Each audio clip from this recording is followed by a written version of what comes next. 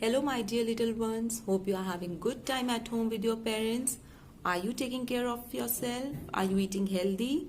I'm sure yes.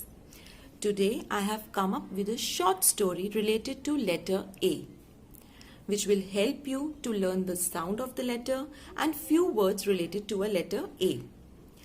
Now the sound of the letter A is A. A. Let me narrate you a story. The story is about Anna and the ape. Anna, ape. Ape. Anna is a little girl. She wears an apron. Apron. She loves to eat almonds. One day she met some ants. Ants. They looked very angry. Angry. There was an ape near their anthill.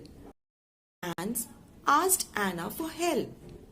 She went to an ape and gave him a big red apple. Apple.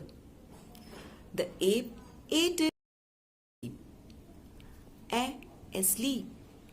The ants were very happy and they thanked Anna. Did you like the story? Now let's quickly recall all the words related to letter A.